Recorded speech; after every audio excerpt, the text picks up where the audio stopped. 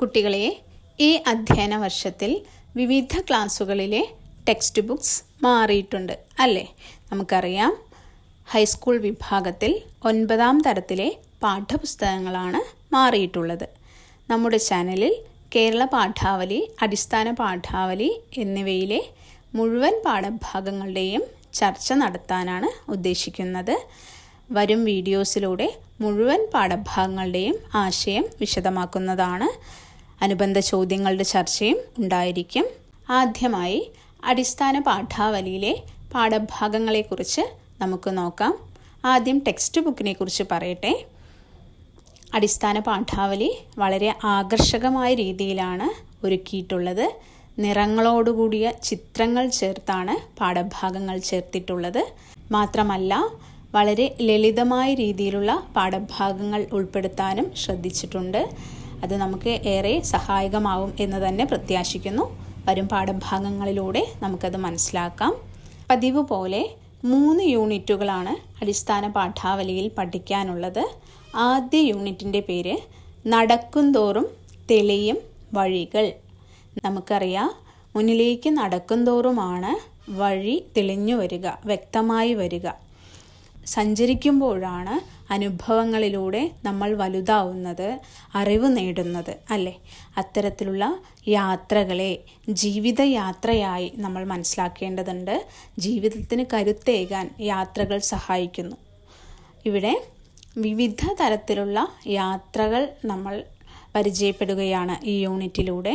ഓരോ യാത്രകളും അനുഭവങ്ങളുടെ വലിയ ലോകം സമ്മാനിക്കുന്നു എന്ന തിരിച്ചറിവിലേക്കാണ് നാം എത്തേണ്ടത്. നമുക്കറിയാം, യാത്രകൾ എല്ലാവർക്കും ഇഷ്ടമുള്ളതാണ്. നിങ്ങൾ ഈ അവധിക്കാലത്ത് ഒരുപാട് സ്ഥലങ്ങളിലേക്ക് സഞ്ചരിച്ചിട്ടുണ്ടാവും. ആ യാത്രകളെല്ലാം പല രീതിയിൽ നിങ്ങളുടെ ഓർമ്മകളുടെ ഭാഗമാക്കി വച്ചിട്ടും ഉണ്ടാവും. ഒരുപാട് ഫോട്ടോസ് എടുത്തിട്ടുണ്ടായിരിക്കും. ചിലപ്പം റീൽസായിട്ടും ഷോർട്സായിട്ടും ഒക്കെ അത് നിങ്ങളുടെ ഫോണിൽ സൂക്ഷിച്ചിട്ടുണ്ടാവും അല്ലേ? പിന്നീട് ഓർക്കുമ്പോൾ, പിന്നീട് നോക്കുമ്പോൾ, കാണുമ്പോൾ ഒക്കെ മനോഹരമായ അനുഭവമായി നമ്മളിലേക്ക് അത് നിറഞ്ഞു നിൽക്കുക തന്നെ ചെയ്യില്ലേ? സമാനമായ രീതിയിൽ വ്യത്യസ്ത യാത്രകളുണ്ട് എന്ന് നാം അറിയുക. യാത്ര എന്നത് ഒരു സ്ഥലം ചുമ്മാ ചെന്ന് കാണുക എന്നത് മാത്രമാണോ? അവിടം കണ്ട് ആസ്വദിച്ച് പോരുക എന്ന് മാത്രമല്ലല്ലോ. അവിടുത്തെ സാംസ്കാരികമായ സവിശേഷതകളൊക്കെ നമ്മൾ മനസ്സിലാക്കുന്നുണ്ട്, അറിവ് നേടുന്നുണ്ട് അല്ലേ?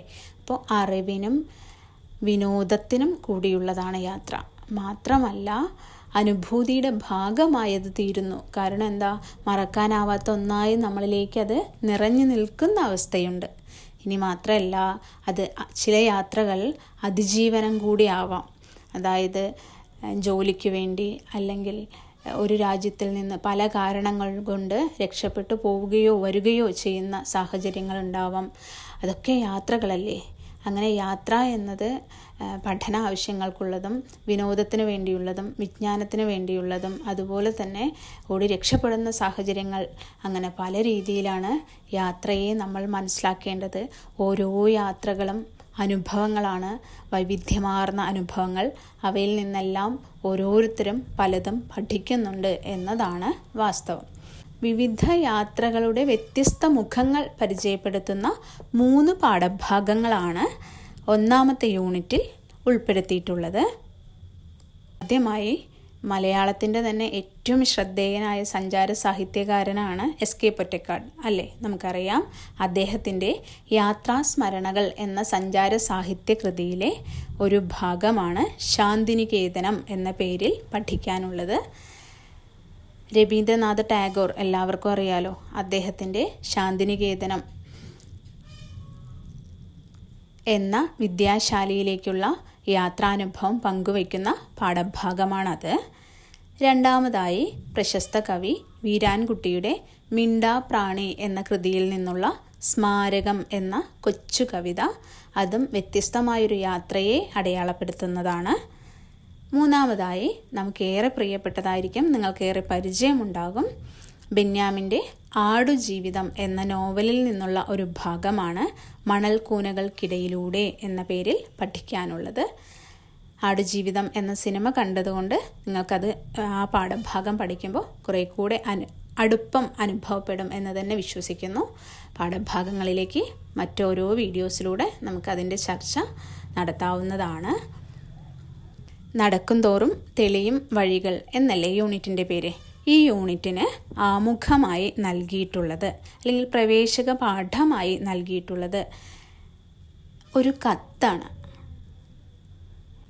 മലയാളത്തിലെ പ്രശസ്ത കവയിത്രിയും പരിസ്ഥിതി പ്രവർത്തകയുമായ സുഗതകുമാരിക്ക് അവരുടെ അനിയത്തി സുജാതാദേവി എഴുതിയ ഒരു കത്താണ്. കാടുകളുടെ താളം തേടി എന്നൊരു യാത്രാവിവരണ കൃതിയിൽ നിന്നുള്ള ഒരു ഭാഗമാണ് കത്തിൻ്റെ രൂപത്തിൽ നൽകിയിട്ടുള്ളത്. സുജാതാദേവി എഴുതിയ ഒരു യാത്രാവിവരണ കൃതിയാണ് കാടുകളുടെ താളം തേടി എന്നത്. ഇതിൽ നിന്നുള്ള ഒരു ഭാഗമാണ് കത്തിൻ്റെ രൂപത്തിൽ നൽകിയിട്ടുള്ളത്.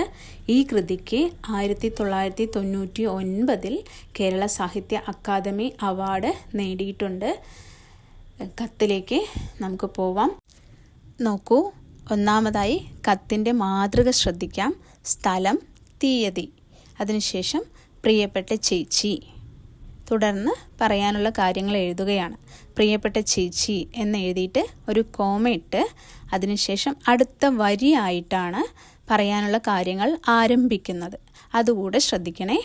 നോക്കാം. പ്രിയപ്പെട്ട ചേച്ചി, എത്ര നാളായി ഞാനിങ്ങോ പോന്നിട്ട്? 2 മാസം. ഇത്ര നാൾ തനിച്ചു വീട്ടിൽ നിന്നും മാറി നിന്നിട്ടേയില്ല.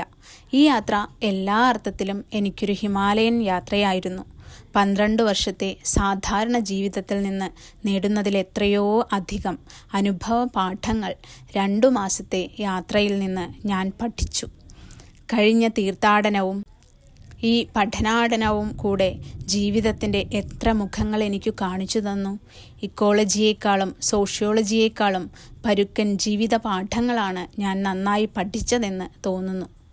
വഴിവക്കിലെ പെട്ടിക്കടയിൽ നിന്നും ഭക്ഷണം കഴിക്കാൻ, പീടികത്തിണ്ണയിലും ചായക്കടയിലും അന്തിയുറങ്ങാൻ, അപരിചിതരുടെ സൈക്കിളിൻ്റെ പിന്നിലും ലോറിയിലുമൊക്കെ കയറി യാത്ര ചെയ്യാൻ, റിസർവേഷനില്ലാത്ത ട്രെയിനിൽ ഇടനാഴിയിൽ പെട്ടിയിൽ കുത്തിയിരുന്നുറങ്ങാൻ, രോഗങ്ങളെ ചെറുക്കാൻ, സ്വന്തം ഭാരം സ്വയം ചുമക്കാൻ, മര്യാദക്കാരോടും മര്യാദയില്ലാത്തവരോടും പെരുമാറാൻ, സ്വയം സൂക്ഷിക്കാൻ, തനിച്ചിരിക്കാൻ.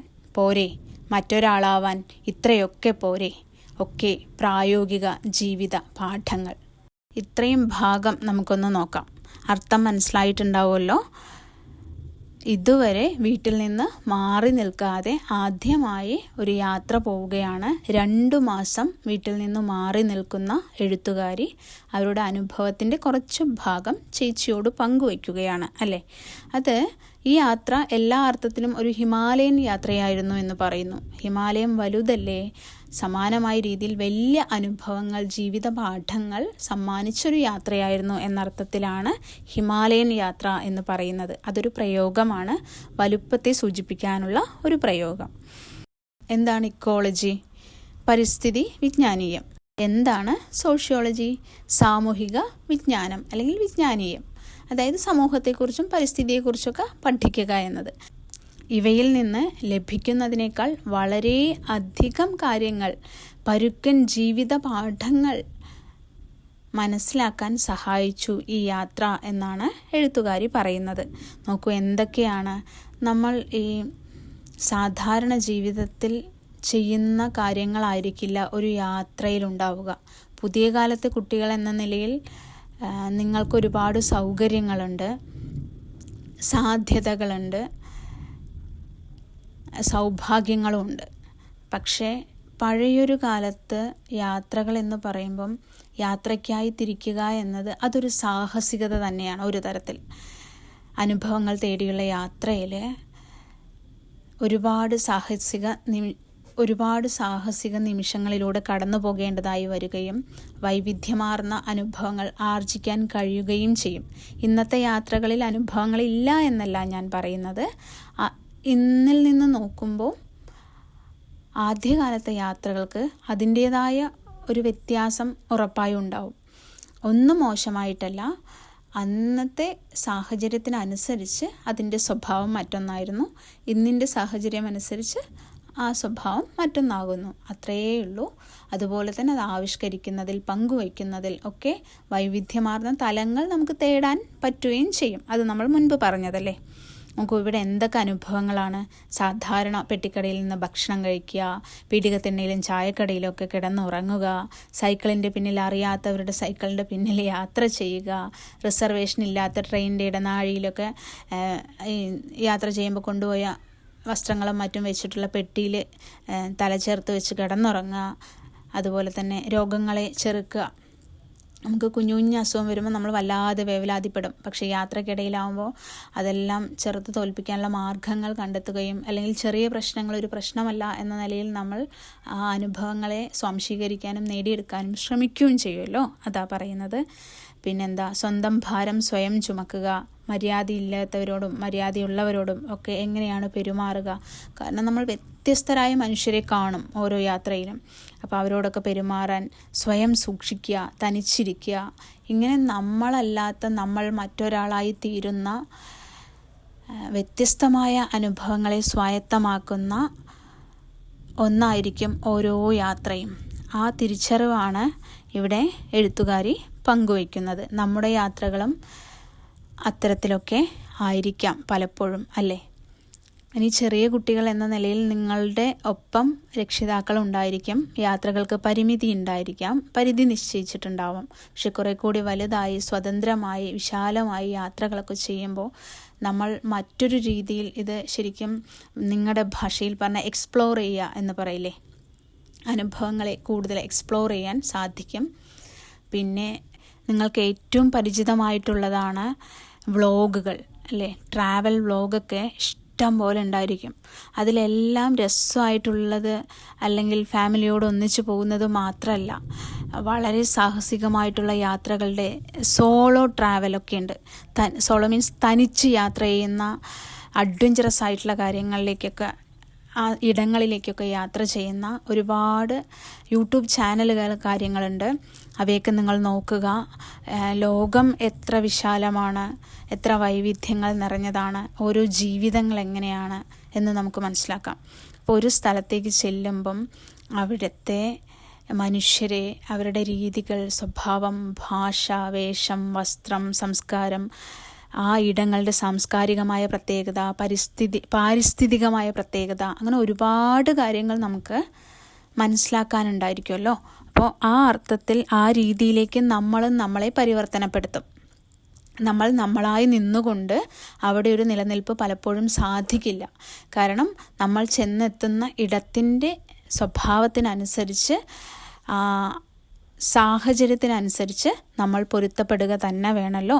അങ്ങനെ ഒരു പൊരുത്തപ്പെടലിൽ നിന്ന് ലഭിച്ച ജീവിത പാഠങ്ങൾ വളരെ വലുതാണ്. നമ്മളിൽ നിന്ന് ഇറങ്ങി നമ്മൾ മറ്റൊരാളായി തീരാൻ ഇത്രയും പോരെ എന്ന ചോദ്യമാണ് എഴുത്തുകാരി ഉന്നയിക്കുന്നത്. അതായത് സ്വയം മറ്റൊരാളാകാൻ എനിക്ക് സാധിച്ചിരിക്കുന്നു. യാത്ര പോകുമ്പോഴുള്ള ഞാനല്ല, ഇത്രയും അനുഭവങ്ങളിലൂടെ കടന്നു പോയപ്പോഴുള്ള ഞാൻ എന്ന തിരിച്ചറിവിലേക്ക് എഴുത്തുകാരി എത്തിച്ചേർന്നിരിക്കുന്നു എന്നാണ് നാം മനസ്സിലാക്കേണ്ടത്. തുടർന്ന് നോക്കാം. കാട്ടിനുള്ളിലെ ജീവിതത്തിൻ്റെ താളമൊന്നു വേറെ, അത് സുഖകരമായ അനുഭൂതിയാണ്. കാടും മലയും പുഴയും കൂടെ തന്നതൊക്കെ പറയാൻ വാക്കില്ല. ആ ഐന്ദ്രിയാനുഭൂതികൾ ഉള്ളിൽ നിറഞ്ഞു വിങ്ങുന്നത് എന്നെങ്കിലും ഇറ്റു കവിതയായെങ്കിൽ ഞാൻ ധന്യയായി. അന്യരായ മനുഷ്യരുമായി ഇടപഴകിയപ്പോൾ അവരുടെയൊക്കെ ജീവിതാനുഭവങ്ങൾ എൻ്റേതായി മാറിയതുപോലെ. കണ്ണീരും നോവും ചിരിയും കലർന്ന ആ കഥകൾ എന്നെ സാഡർ ആൻഡ് വൈസർ ആക്കുമോ എന്നറിയില്ല. എന്തായാലും നിധികുംഭങ്ങളാണ് ഹിമാലയം തന്നതൊക്കെ. ഈ യാത്ര ഒരു തുടക്കം മാത്രമാണെന്ന് ഞാൻ കരുതുന്നു. അറിവിൻ്റെയും അനുഭൂതിയുടെയും ഈ നീരൊഴുക്ക് ഉറവ പൊട്ടി തുളുമ്പിയത് കെട്ടി നിർത്താനുള്ളതല്ലെന്നും ഞാൻ അറിയുന്നു.